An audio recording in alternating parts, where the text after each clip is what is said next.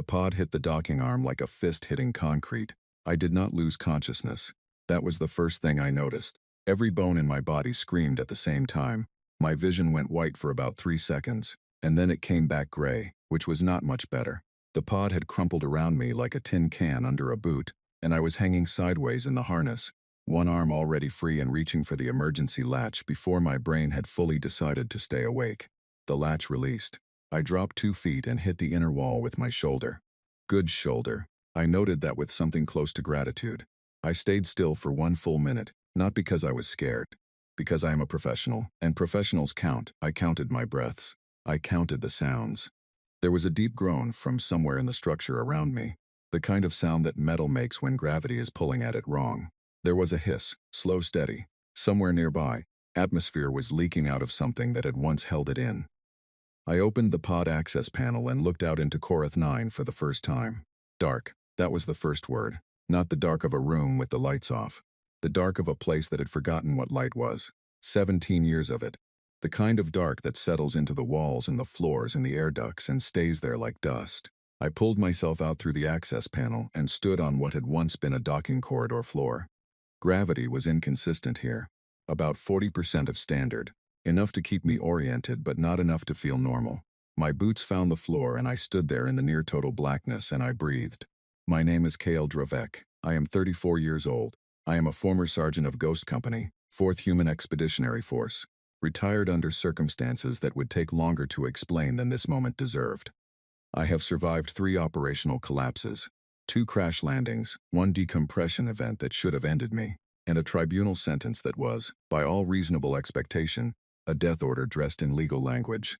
The Galactic Coalition called what I did a crime. I called it justice. There was an officer.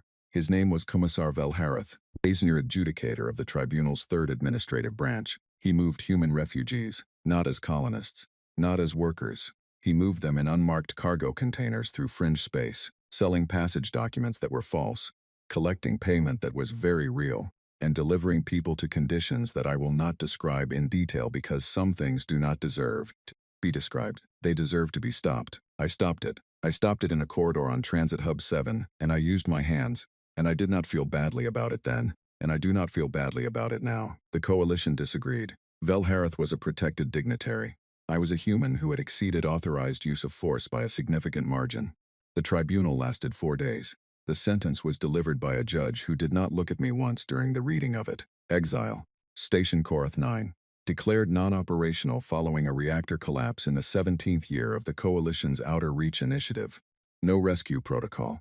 No supply drops. No communication allowance. The transport guards did not speak to me during the 3-day journey. When the pod bay opened, one of them pointed at the hatch. I stepped in. The pod launched. That was it. That was the entirety of the send-off. They expected me to die. I understood that clearly. They did not need to say it. The station had no life support worth mentioning, no power grid, no breathable atmosphere in any significant quantity. A survival pod with 3 days of recycled oxygen and 1 emergency light strip was not a mercy. It was theater. A way to say the Coalition did not execute people directly. They simply placed them in situations that handled it on their behalf. I stood in the dark corridor and ran through my inventory by touch. 1 emergency light strip, half charged. I clipped it to my collar and turned it on. The beam was narrow and yellow and showed me about 4 meters of floor and wall before it gave up and disappeared into the black. I kept it on anyway. 1 multi-tool. The casing was cracked from the impact. The primary blade still locked. The secondary blade did not. The wire strippers worked. The mag driver worked. That was enough. 1 emergency thermal wrap, folded into a square the size of my palm. 1 water reclamation patch. Good for about 6 hours of moisture recovery from ambient air. Assuming there was ambient air, which there currently was not in any reliable quantity. 1 field dressing kit with 4 pressure seals and 2 dermal patches. And 1 data pad. The screen had a crack running diagonally across it, but the display still worked on the right 2/3 of the screen, and that was enough to read, and reading was what I needed. I sat down on the floor of the dead corridor, wrapped the thermal sheet around my shoulders, turned the data pad on, and began reading the Korath 9 original construction manifest. I had requested that document during my tribunal. Nobody had thought to wonder why. The station was built over 9 years by a joint coalition human engineering consortium. It was designed to serve as a deep space way station and trade relay. capable of housing up to 400 permanent residents and processing 1,200 tons of cargo per standard cycle. The reactor was a Class 7 sustained fusion unit, rated for 80 years of continuous operation. Life support was a triple redundant atmospheric system. Water reclamation was fully closed loop. None of that was currently working, but it had all been built, and things that are built can be rebuilt. I read for 2 hours. I memorized the schematic of the reactor bay, the location of the emergency supply caches, the routing of the primary power conduits through the station's internal spine. I noted the position of every maintenance access point, every secondary airlock, every structural reinforcement node. Then I stood up and started walking. The corridor was about 60 meters long before it bent left at a structural pillar. I moved carefully. Low gravity and uneven footing are a bad combination. My emergency light threw shadows that jumped and shifted with every step. Twice I had to grab the wall to correct my balance when the floor dipped slightly at stress fracture points. I found the first emergency cache 22 minutes into my walk. It was a standard Coalition-era wall-mounted unit, marked with a symbol that most people would not recognize because it was a maintenance worker's notation, not a survival marker. I recognized it because I had spent 6 months of my career running exfiltration operations through Coalition deep space infrastructure, and I had learned to read maintenance workers' notations the way other people learned to read road signs. The cache contained freeze-dried protein blocks, 12 of them, each good for about 800 calories, one emergency oxygen scrubber, a handheld unit designed to recondition air in small enclosed spaces, one pair of work gloves, one tube of structural sealant. I sat on the floor next to the open cache and ate one protein block, and drank a small amount of reclaimed water from my patch, and looked at the oxygen scrubber for a long time. It was not much, it was genuinely not very much at all, but it was a start. I set the scrubber running in the section of corridor I had come from, closed the distance between myself and the cache, and calculated. At its rated output, the scrubber would make approximately 12 cubic meters of corridor breathable within 4 hours. If I sealed both ends of that corridor section with sealant and the station's existing bulkhead doors, I could hold breathable air in that space indefinitely. One breathable corridor. That was my first target. I did not think about the rest of the station. I did not think about the reactor or the life support systems or the 400 meters of unpressurized hull between me and the station's central spine. I thought about one corridor, because one corridor was what I had, and what you have is always where you start. By the end of that first day, I had a sealed, breathable corridor 8 meters long. It was cold, roughly 4 degrees above freezing. The light was still only my emergency strip. The floor was hard metal, and the walls were dark, and there was no sound at all, except the soft mechanical hum of the scrubber doing its work. I wrapped myself in the thermal sheet and lay down on the floor and closed my eyes. I slept for exactly 4 hours, which is what I have always slept, because 4 hours is what my body learned to work on during 2 years of extended field operations, and the body remembers what it has been taught. When I woke up, I turned over and looked at the ceiling of my 8-meter corridor, and I thought about what came next. They thought this was a death sentence. They thought a dead station was an ending. They thought putting one human in the dark with a broken multi-tool and 3 days of oxygen was a conclusion to a problem. What it was, in fact, was an inventory, and I was very good at working with what I had. I found the reactor on day 3. I had spent the previous 2 days moving through the station's outer ring, which was the section of the station closest to where my pod had landed, working in short stretches, returning to my breathable corridor to rest and reclaim moisture. I had mapped out approximately 200 meters of accessible space. Most of it was dark, cold, and empty. 17 years of abandonment had done the expected damage. Loose panels, broken fixtures, a section of floor that had partially collapsed inward, probably from metal fatigue. I marked everything on the data pad, sketching a rough layout that matched against the construction manifest to give me orientation. On day 2, I found 5 more emergency caches. That was the thing about a human-built station. The engineers who built it had come from a tradition of preparation, a culture that built in redundancies not because regulations required them but because the people doing the building understood, at a level below language, that space was unforgiving and that the person who came after you might need what you left behind. They had placed caches everywhere, behind access panels, inside maintenance crawlways, at every third structural junction, protein blocks, sealant tubes, scrubbers, basic tools, wire bundles, spare gaskets, mag bolts by the handful. I collected all of it, cataloged it on the data pad. By the end of day 2, I had a growing inventory and a cleaner picture of the station's structure. I had sealed 4 corridor sections, giving myself a pressurized living space of roughly 60 cubic meters. The temperature was still cold but no longer dangerous. The light was still only the strip on my collar, but I had found 2 more strips in the caches, and I had them running in parallel, which gave me something closer to actual visibility. On day 3, following the central spine access route marked in the construction manifest, I reached the reactor bay. The doors were sealed. That was expected. Reactor bay doors went into lockdown automatically when the core went offline, a safety measure to prevent unauthorized access to a potentially unstable system.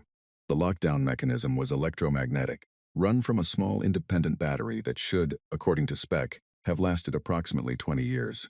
The battery had lasted 17. It was still active. The doors were still locked. I sat in front of the locked doors for about 10 minutes and looked at the keypad and thought. The security code was a 6-digit coalition standard. I did not know the code, but I knew that coalition maintenance standards required the code to be logged in the station's administrative system, which was accessible via any maintenance terminal, which was, theoretically, a different problem. I found the nearest maintenance terminal 40 meters back down the spine. It was a wall-mounted unit, unpowered. I opened the back panel with my multi-tool, found the manual interface port, connected the data pad with a wire I had stripped from a cache bundle, and spent about an hour reverse-feeding the terminal's stored memory through the data pad's reading function. It worked. Not cleanly, but well enough. The terminal's memory was partially degraded, but the administrative log was in a protected partition that the degradation had not reached. I found the reactor bay access code in a maintenance record dated 3 weeks before the station went dark. I walked back to the reactor bay doors and typed in the code. They opened. The reactor chamber was a large circular space, about 30 meters across, with the core unit in the center, a cylinder about 4 meters tall and 2 meters wide, surrounded by a ring of access scaffolding and instrumentation panels. Everything was coated in a fine layer of settled particles, 17 years of accumulation from the station's slow internal off-gassing. My emergency light barely reached the far wall.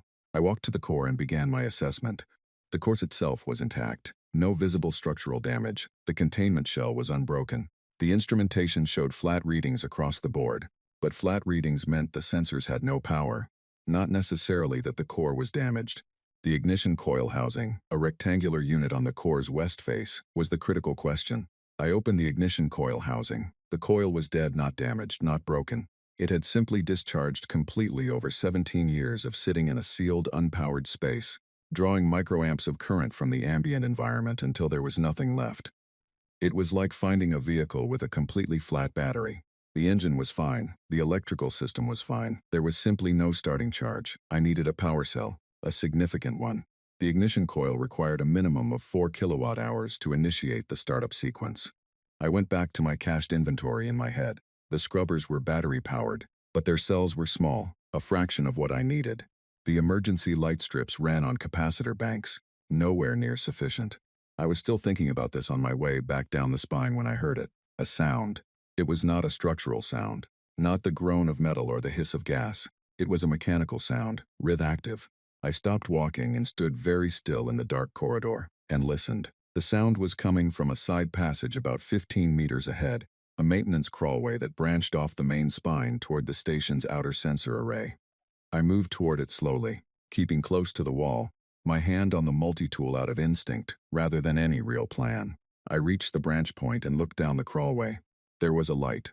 Not my light, a different light, a flat, cold, blue-white light, moving in a slow scanning pattern across the crawlway floor. I recognized it immediately. A Tribunal Sentinel unit, an automated defense drone, roughly half my size, 6-legged sensor cluster on top, with a directed energy emitter on its forward mount. They were standard equipment on coalition installations, designed to cycle in standby mode for up to 30 years on their internal power cells, activating when motion sensors detected an intruder. It had detected me. It turned in the crawlway and oriented its emitter toward the branch point where I was standing.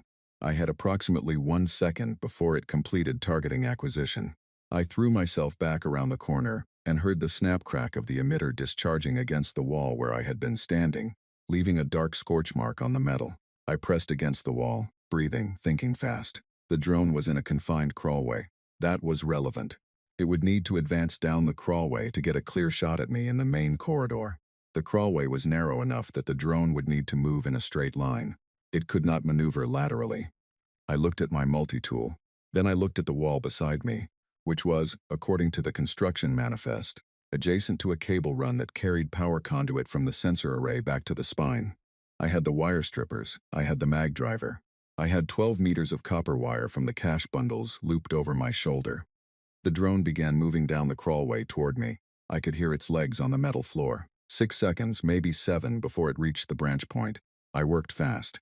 I stripped the panel off the wall with the multi-tool, found the power conduit behind it, stripped back the insulation on 2 leads, ran my wire from the leads out into the corridor, looping it across the floor at the branch point entrance, about ankle height on the drone's approach path, which was, technically, about leg height. The drone came around the corner. Its forward legs hit the wire loop. I shorted the 2 leads against each other. The electrical discharge went up through the wire, into the drone's leg contact points, through its chassis, and into its internal circuitry. The drone made a sound like a piece of machinery that was very surprised, which is to say it made several rapid clicking sounds that became one loud pop, and then it stopped moving and its light went out. Total time from first sound to resolve threat, 4 minutes and about 20 seconds. I stood over the drone in the dark and let my breathing settle. Then I crouched down and opened its chassis with the multi-tool. The power cell inside was a Coalition Standard high-density unit. I checked the charge reading on the datapad after connecting the wire. 6.2 kilowatt-hours, more than enough for the reactor ignition hole. I sat back on my heels in the dark corridor and almost allowed myself to feel something that was not entirely practical. I did not quite let it happen, but it was close. I carried the drone's cell back to the reactor bay and connected it to the ignition coil housing, with careful, deliberate precision, because this was the kind of step that rewarded patience and punished haste. When all connections were verified, I went to the main startup panel and followed the procedure from the construction manifest. I pressed the initiation sequence. The reactor ignition coil activated. There was a low sound, below hearing at first, more felt through the floor than heard with the ears.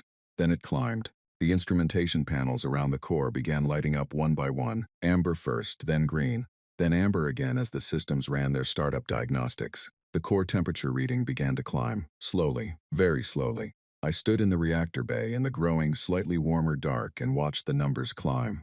After 40 minutes, the reactor reached a stable low power state. 8% capacity, the automatic distribution system engaged. Somewhere in the station, far above me, a light turned on. Just one. A single corridor lamp in the outer ring, drawing its first power in 17 years. I did not see it happen. I was in the reactor bay, watching the instruments. But I felt the station change. It was not a dramatic thing.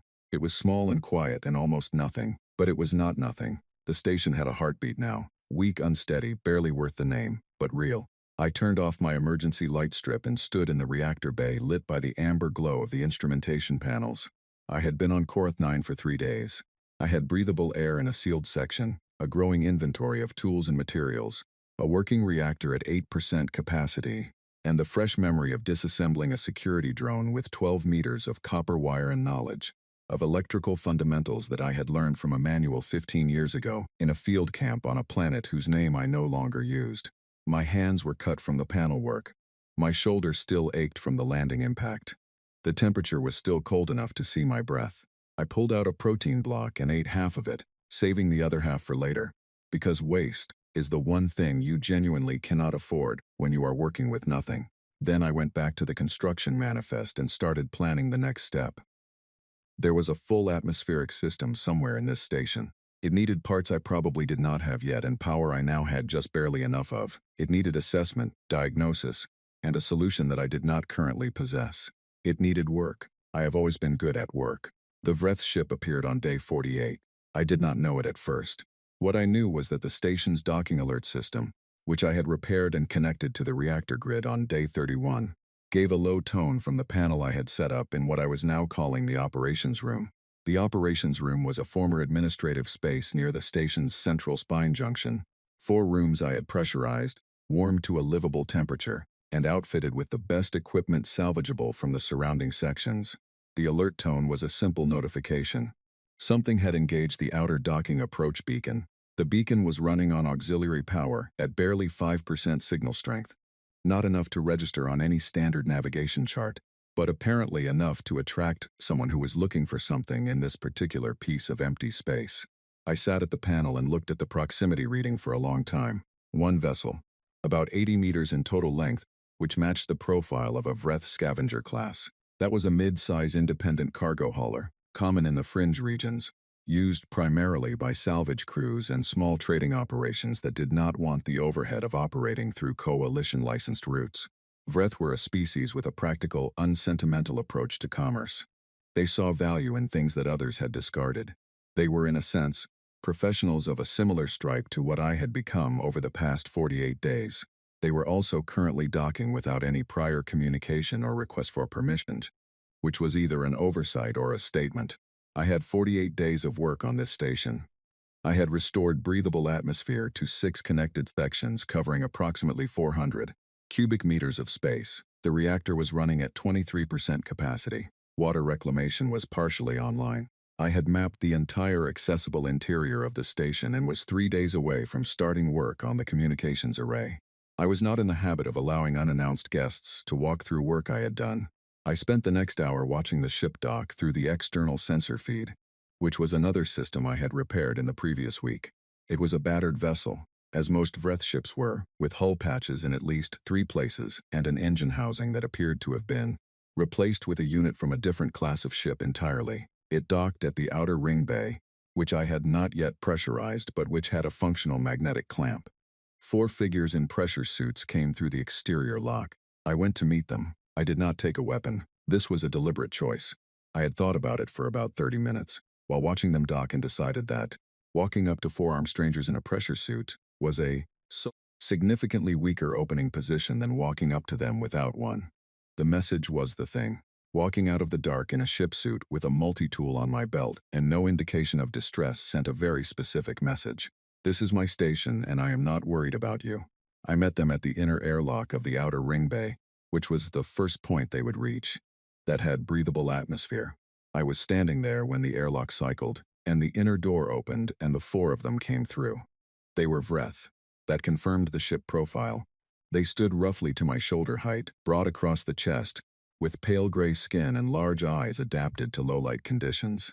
They wore light environment suits with the helmets retracted now that the sensors had confirmed breathable air. 2 of them were carrying salvage equipment. The 3rd was carrying what appeared to be a scanning instrument. The 4th, who was slightly ahead of the others and who I took to be the captain, was carrying nothing visible, which was a different kind of statement. She looked at me. I looked at her. She had a scar running from just below her left eye to the corner of her jaw, old and smooth, and her expression was one of the more genuinely confused expressions I had seen on a living face in some time. She scanned me once with the kind of quick, evaluating look that people who operate in uncertain environments learn to use, and then spoke in coalition standard, which most fringe operators used as a common language. You are human. Yes. This station has been dead for 17 years. It was. I am working on that. She looked past me at the corridor behind me. The lights I had restored ran the full length of it. The floor was clear. The air was warm enough that she could see the difference in temperature from the airlock where they had entered. How long have you been here? She said. 48 days. She said nothing for a moment. Her crew exchanged a look among themselves. The one with the scanner was apparently checking atmosphere readings and getting results that confirmed what his eyes were telling him. We were going to strip this station, she said. I know, you are one person. Yes, with no ship, correct. She looked at me for a long time. The Vreth have a reputation for being difficult to read, and in my experience the reputation is partly earned. But there is a tell, a slight adjustment of the wide pupils, that indicates when they are recalculating a situation. Her pupils adjusted 3 times in about 6 seconds. What do you want? She said finally. The communications array is 3 sections forward and up 1 level, I said. I can have it fully operational in about 4 days. I can do it in 2 if I have a second set of hands who knows how to run cable. Your ship also has a power cell bank I can identify in your hull profile. Older coalition standard units, probably 3rd generation. I need 2 of them to bring the secondary life support loop fully online. She said nothing. In exchange, I said, there is a sealed cargo bay in the station's lower ring. It was sealed before the reactor went out. I have not opened it. The manifest lists approximately 40 tons of Coalition-era trade goods, status unknown after 17 years, but the bay has been cold and dark, which is the best preservation condition for most of what is listed. I will give you full access to that cargo bay and everything in it. She looked at me for a very long time. You have not opened it, she said. No, why not? Because it is more valuable as a trading asset than as personal supplies. Her pupils did the adjustment thing again. You planned this, she said. I hoped for it, I said. There is a difference, but I did plan for the possibilities. Her name was Sathek. She had been running salvage operations in the fringe for 11 years. She had a crew of 3. A male engineer named Verak, who was extremely competent and almost completely silent. A young female technician named Dara who asked questions constantly and had an energy level that was exhausting to be around and genuinely useful in terms of getting work done, and an older male named Goss who served as her logistics officer and who watched me with flat, measuring eyes for the first full day of our arrangement before apparently deciding I was not a threat. We started on the communications array the morning after they arrived. The array was in worse shape than my initial assessment had suggested. The primary amplifier module was corroded beyond use. 3 of the 7 signal relay nodes had seized from metal contraction over the years of cold. The antenna array on the station's exterior hull had taken micrometeorite damage that had bent 2 of the 5 primary elements out of alignment. None of this was, in my assessment, unfixable. Dara and I spent the first day working on the internal components. She was quick with tools and had a methodical approach that matched well with mine. She did not seem to think it was strange that a human was running a solo reconstruction project on a dead station. She asked questions about the technical work, and about human engineering practices, and occasionally about what I had eaten for 17 days, which she found fascinating in a way that I found slightly difficult to interpret. Varric worked alone on the relay nodes, heating them carefully with a controlled torch to relieve the seized metal, applying lubricant, testing the rotational freedom of each node by hand before reconnecting them. He worked without being asked and without needing to be supervised, which I appreciated more than I could easily express. On the second day I went outside. Sathek came with me. We had surface suits from the Vreth ship's equipment locker. Moving on the exterior hull of a station running at low power and low gravity is technically manageable and practically unpleasant. The hull surface was uneven from years of unaddressed micrometeorite impact. The magnetic boot adhesion worked in most sections, and was unreliable in others where the hull plating had warped. But the antenna array was at the top of the station's exterior sensor dome, and the sensor dome was only accessible from outside. We worked for 4 hours in the silence of space, which is the most total silence a human can experience, unbothered by weather or distance, just the dark and the stars and the work directly in front of you. Sek was a capable surface operator, better than I had expected, and she had a sense for the work that I recognized as belonging to someone who had spent time operating in difficult conditions without a support structure to fall back on. We bent the antenna elements back into alignment by hand, using a brace tool from the ship's kit. We replaced the corroded connector housings with units from the Vreth ship's spare parts. We ran a new signal lead from the dome access point down to the array room below. When we came back inside and I sat at the array panel and ran the startup test, the array came online. Not perfectly. Signal strength was at 62% of rated output. But 62% was enough to reach the fringe relay network, which was what I needed. Sathek was watching me. I opened a communication channel and began composing a tight beam transmission. She did not ask what I was sending. She watched me work for a moment and then turned away and left the room. I appreciated that. The transmission was encrypted using a cipher I had developed during my field operations years, adapted from a coalition format in ways that would take a significant amount of computational effort to break. It was addressed to a routing node in the fringe network that I had memorized 7 years earlier, because it was the kind of address that might be useful to have memorized, and I was the kind of person who memorized things that might be useful. The message was short. Korath 9 is operational. Station is accepting residents. Bring tools. I sent it and closed the channel and sat for a moment in the operations room, listening to the low, steady sound of the reactor in the air systems and the station's returning life. Then I went to help Goss inventory the sealed cargo bay. On the third day, we opened it together. 41 tons of Coalition-era goods, mostly intact. Trade fabrics, sealed component kits, medical supplies in vacuum-packed containers, 3 crates of precision instruments. Satek walked through it with her arms at her sides, and her wide eyes moving from shelf to shelf in a way that told me the deal had been a good one. For her. She turned to look at me when she had seen all of it.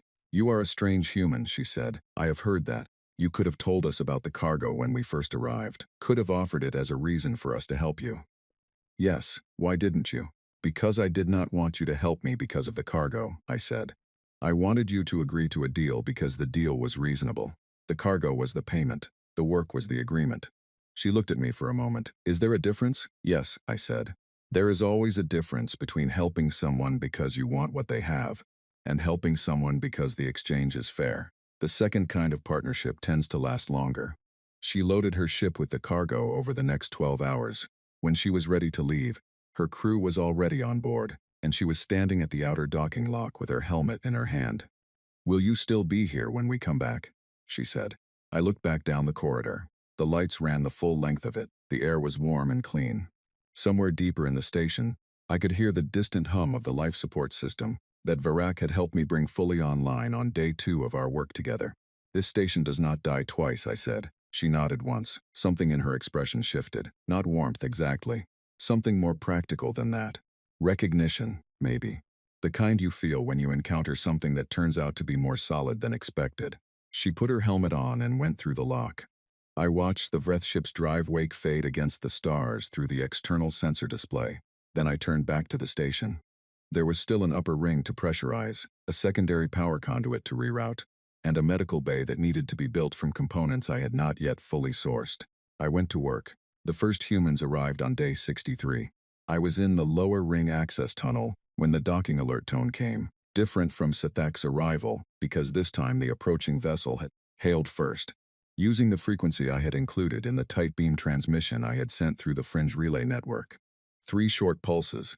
Pause 1 long, the agreed signal. The ship was a hauler, old, heavy, and slow, the kind of vessel that had been in service for so long it had outlasted its original purpose and been repurposed twice. It carried a docking code I recognized, issued from a fringe port called Halstead Station, a human majority waypoint about 4 days out at standard hauler speed. I was at the docking bay when the lock cycled. The first person through the door was a man named Owen Cole. He was about 50 years old, broad-shouldered, with grease permanently worked into his hands, and a look in his eyes that told me immediately he was the kind of person who assessed structural situations the way I assessed tactical ones. He looked at the corridor, looked at the lights, looked at the floor, looked at me. You're Dravek, he said. Yes, the message was real. The station is real, I said. The message was accurate. He turned and gestured back through the lock. Come on then. 7 people came through. Owen, who turned out to be a mechanical engineer with 22 years of experience in deep space, infrastructure work. A woman named Claire Marsh, who was a physician and had packed her medical supplies into 6 cases that took up a third of the hauler's available cargo space, which told me something important about her priorities and her competence. A young man named Ellis Park who said very little but whose eyes moved around the station the way mine did. An older couple, Hank and Louise Drummond, who had been running a small hydroponic farming operation on a fringe habitat that had been dissolved by coalition regulatory action. A teenage girl named Penny who was Hank and Louise's daughter, and who looked at everything with wide, serious eyes. A man named George Nett, who was a former coalition communications technician, and who had left coalition service under circumstances he described only as a difference of professional opinion. I walked them through the pressurized sections of the station. I showed them the reactor. I showed them the life support array, the water reclamation loop, the operations room. I showed them the sections I had not yet reached, the dark rings beyond the pressurized core, and told them what I estimated was needed to bring them online. Nobody seemed discouraged. That was what I noticed most clearly. Owen walked through the unlit sections with a work light from his kit and pointed at things and asked technical questions. Claire immediately identified the room she wanted for the medical bay and started calculating what she would need to make it functional. Ellis Park went directly to the communications array without being directed and started running diagnostics on it without being asked. George Nett sat down at the operations console and looked at everything I had set up and said, "This is neat work." "Thank you," I said. "You built all of this alone?" "In 63 days. He nodded slowly, running his fingers along the panel edge. "What was here when you started?" "Emergency caches, a dead reactor, a sentinel drone." He looked at me. "What happened to the drone?" "I used it to start the reactor." He looked at the console for another moment. Then he smiled. It was a brief thing, dry and genuine. "Right," he said.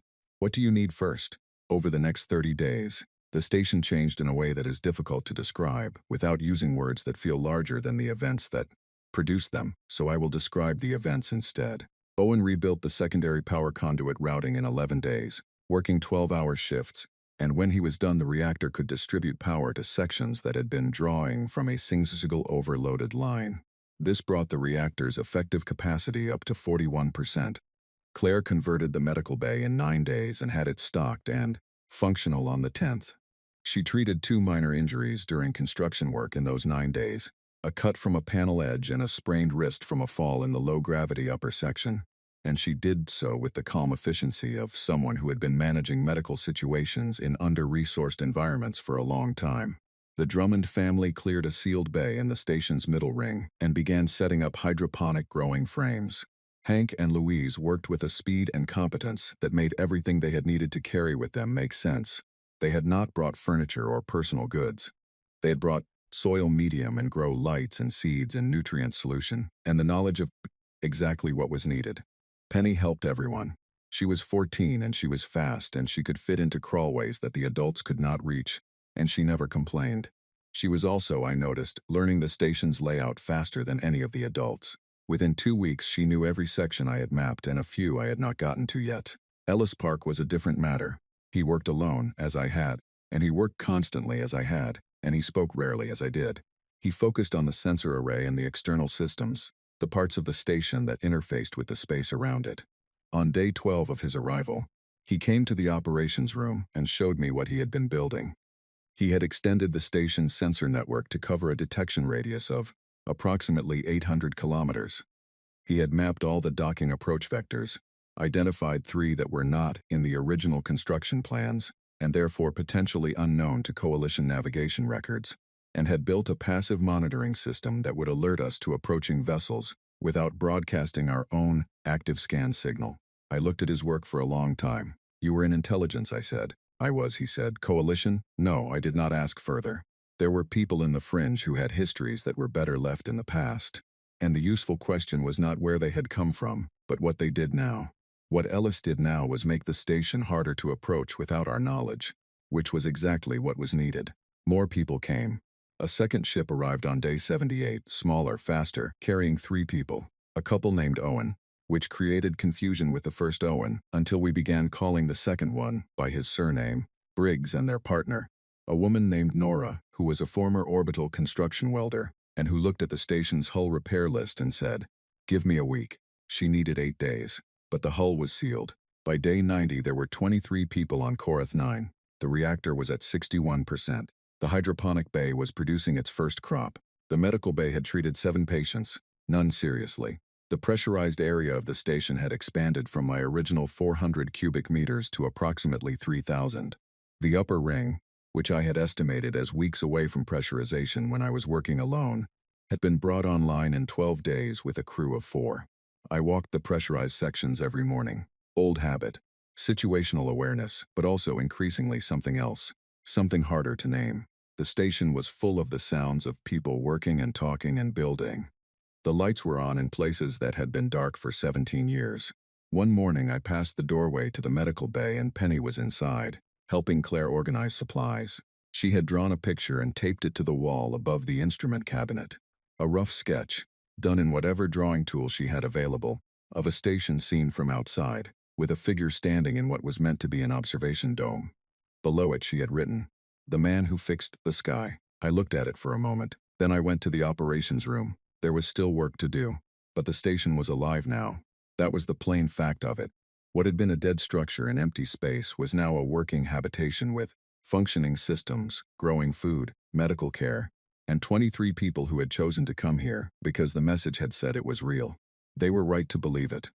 The inspector's ship docked at the main ring on day 141. Ellis had given me 12 hours of warning. The vessel had appeared on his extended sensor net at the outer edge of the detection radius, and its profile matched a Coalition administrative class, small, fast, with the navigation markings of a tribunal inspection unit. It approached without hailing, which was itself a kind of message. I had 12 hours. I used them well. I went first to George Nett, who had been the most useful person I knew for understanding Coalition administrative law. We sat in the operations room for 3 hours, going through a document I had first found in week 2 of my time alone on the station. A document I had read 11 times since and had committed to near-complete memory.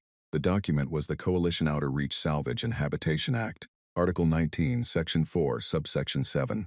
It was a piece of legislation dating from the early expansion era, when the coalition had been actively encouraging independent settlers to bring abandoned infrastructure back into service. The section read, in summary, any individual or group who restores a coalition-declared non-operational installation to full documented operational status, including life support, power generation, and communications, may file a sovereign habitation claim over that installation. A successful claim grants the filer legal standing as the installation's operating authority, independent of prior coalition designation. The requirements for full documented operational status were listed. Life support. Functional atmospheric systems capable of supporting the station's rated resident capacity. Power generation. Reactor output at minimum 30% rated capacity. Communications. Functional array capable of reaching the nearest coalition relay. I had exceeded all three. I had exceeded them for 40 days.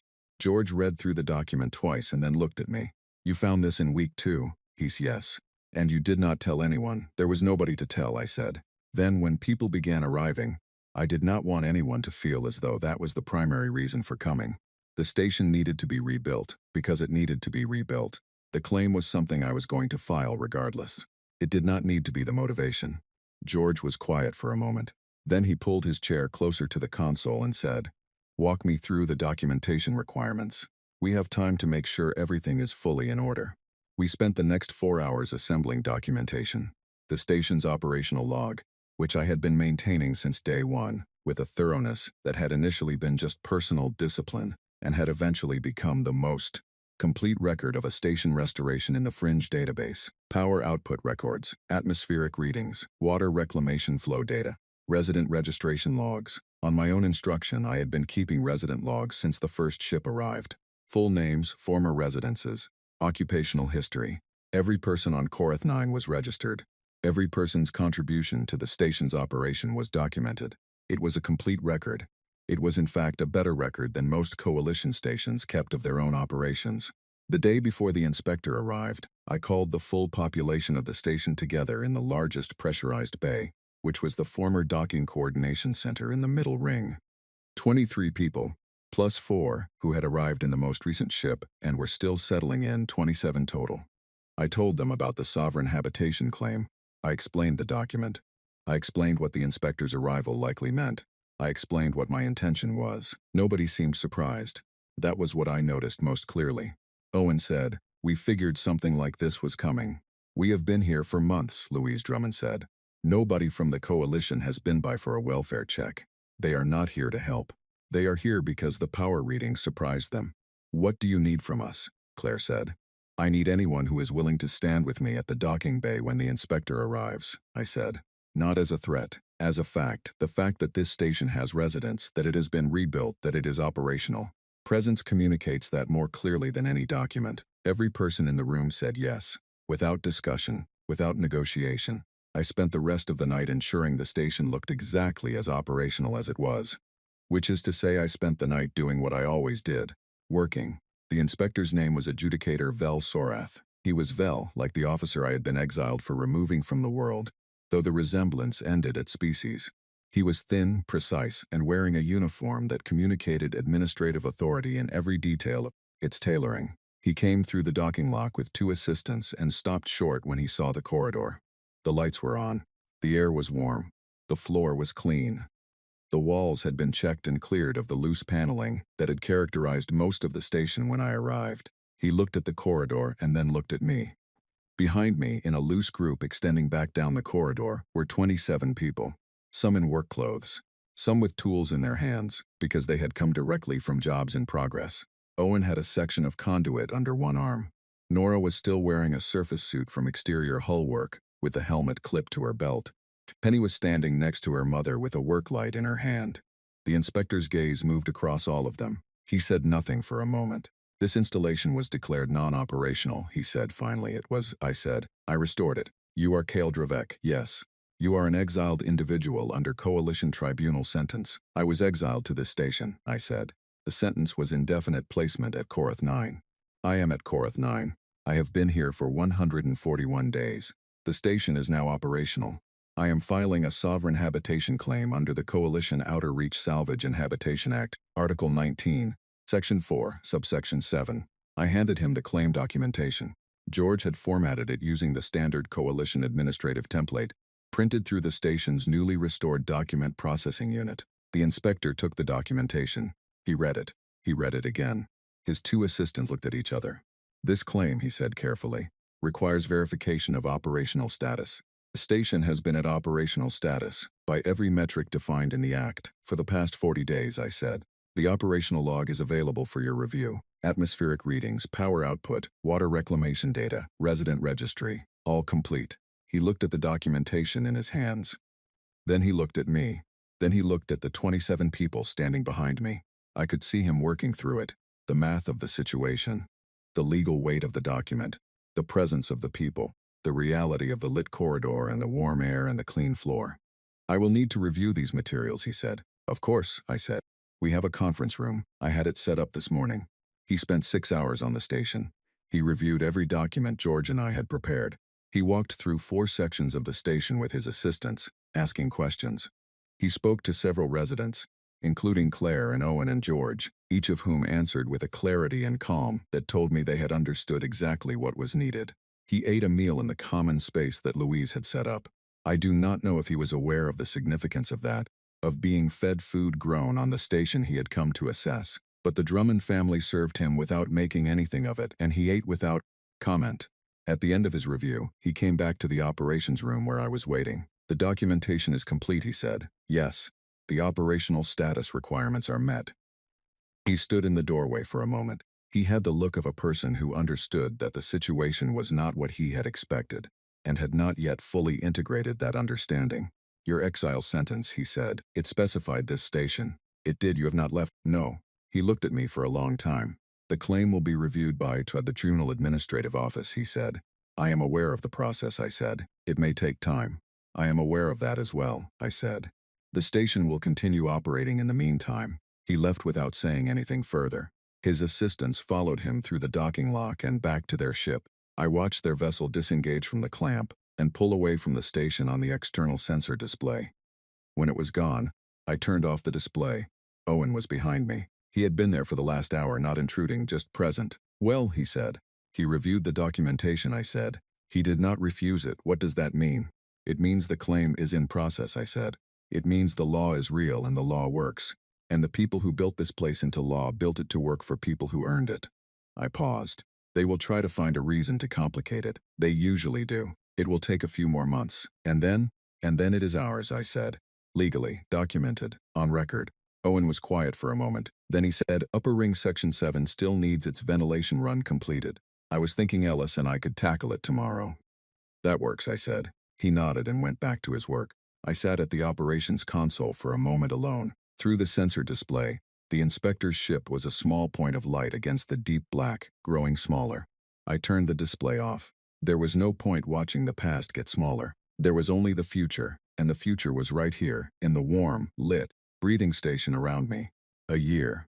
I was thinking about that number as I walked the central spine for my morning assessment on day 365. 1 year since the pod had launched. 1 year since the tribunal guard had pointed at the hatch without speaking. 1 year since I had stood in a dark corridor in 4 degrees of cold air, with an emergency light and a broken multi-tool, and 3 days of recycled oxygen. The spine was lit from end to end now. The lights were not identical throughout. Some sections ran Coalition Standard White, the kind of light that came from the original fixtures I had restored. Other sections had whatever lighting the residents had brought or improvised, or found useful for their particular purposes. Warmer tones in the living areas, cooler working light in the technical sections. The result was a corridor that shifted character as you walked it, moving from one kind of work to another, from one set of sounds to another. The sounds were what struck me most on that morning walk. On day 1, the only sounds had been structural. Metal contracting and groaning, the distant hiss of leaking atmosphere, the sound of a dead place existing in the way dead places exist, not with silence exactly, but with the absence of intent. On day 365 there was noise everywhere. From the hydroponic bay, which the Drummond family had expanded twice, the sound of water moving through growing channels, and the smell of green things. From the workshop that Owen had set up adjacent to the reactor bay, the sound of metalwork, steady and purposeful. From the medical bay, voices, Claire talking to a new arrival, a family that had come in on the most recent ship. A couple with two small children who had been living on a failing fringe habitat and had heard, through the network that now carried news of Korath 9 with regularity, that there was a station in the deep fringe where people were building something. From the communications room, where George worked most hours of the day, the low tone of active relay traffic. Korath 9 was now a recognized point on the fringe relay network. Ships passing through the region stopped for maintenance, for resupply, for rest. Some left. Stayed. The population was 44 now. It would likely be 55 by the end of the following month, given the two ships that Ellis had flagged on the sensor net as approaching from the inner fringe. I stopped at the mid-station junction and stood still for a moment, listening. The tribunal cruisers had appeared 11 days ago. 3 of them, heavy class, the kind of vessels that were never sent to investigate a legal question. They were sent when the answer to a legal question was meant to be determined by the size of the ships asking it rather than the text of the law. I had broadcast on open frequency before they were within hailing range. I did not compose the broadcast in the hours before they arrived. I had composed it on day 90, when I had first estimated the probability of this happening, and I had added to it in small increments as the station grew, and the records accumulated, and the picture became more complete. The broadcast was the station's complete operational log every day, every repair, every name, every meal grown in the hydroponic bay, every patient treated in the medical bay, every ship that had stopped and the conversations that had resulted, every connection made through the fringe relay network. The full record of what had been built, by whom, and from what starting point. I transmitted it to the open relay network at full power, which Ellis had brought to 92% of rated output. Every vessel within relay range of the fringe network could receive it. A lot of vessels were within relay range. The tribunal cruiser commander had hailed after about 2 hours. His name was Commander Veltorath, and he was disciplined and precise and made no overt threats.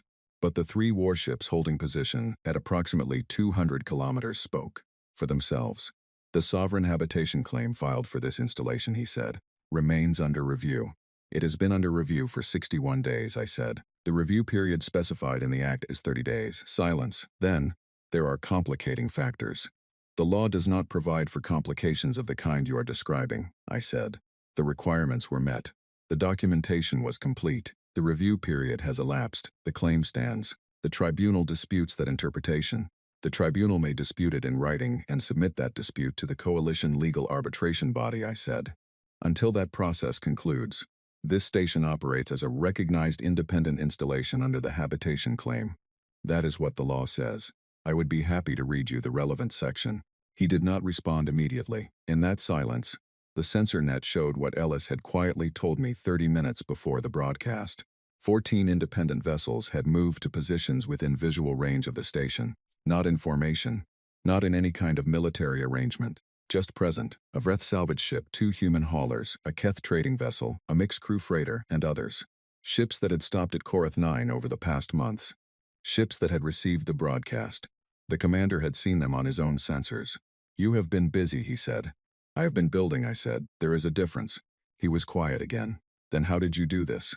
How does one person, with nothing, accomplish what you have accomplished here in 1 year? The question was genuine. I had not expected that from him, the absence of hostility in it, the actual curiosity. He was a professional, and professionals sometimes asked real questions. I thought about how to answer it honestly without making it larger than it was.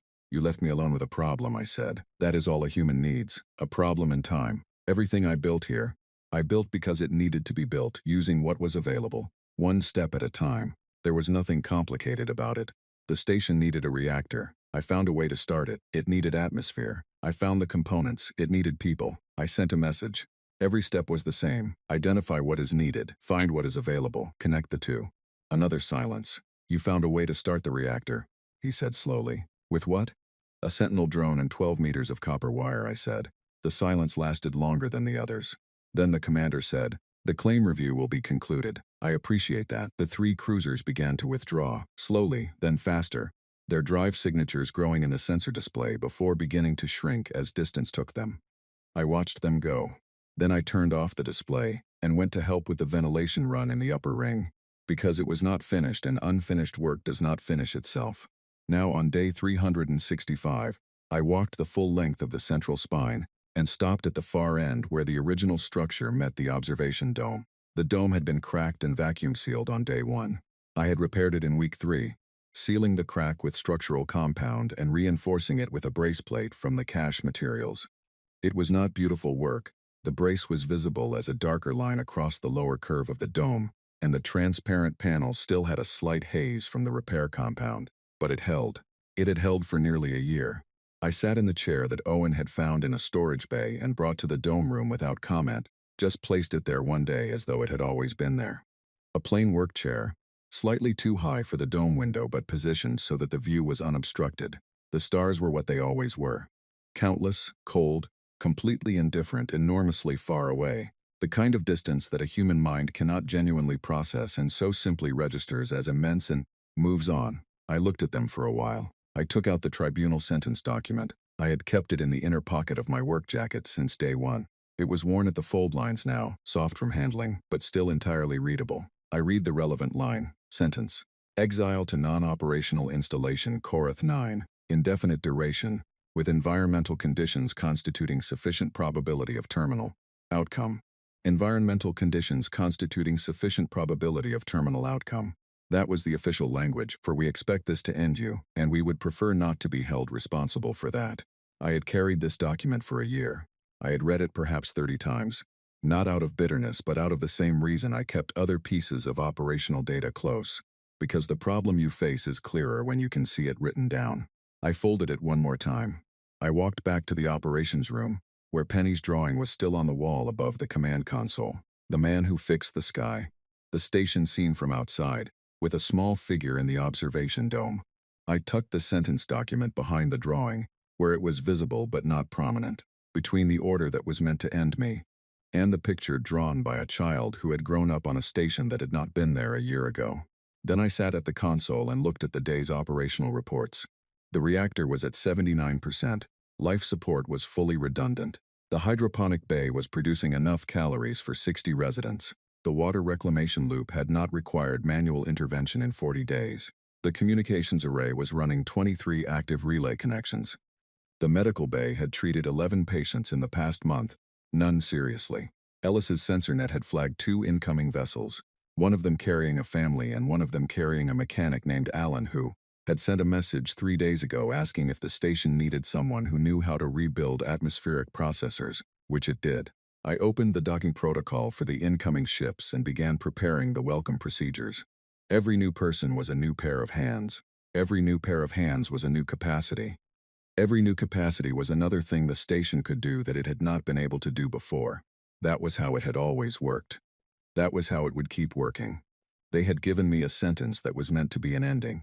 I had treated it as a beginning. That was not a dramatic thing. It was not a defiant gesture or a statement about human nature, though people kept wanting to frame it as both. It was simply the practical response to the situation. You are alive. The situation is solvable. Solve it. I had been solving it for 365 days. Tomorrow was day 366.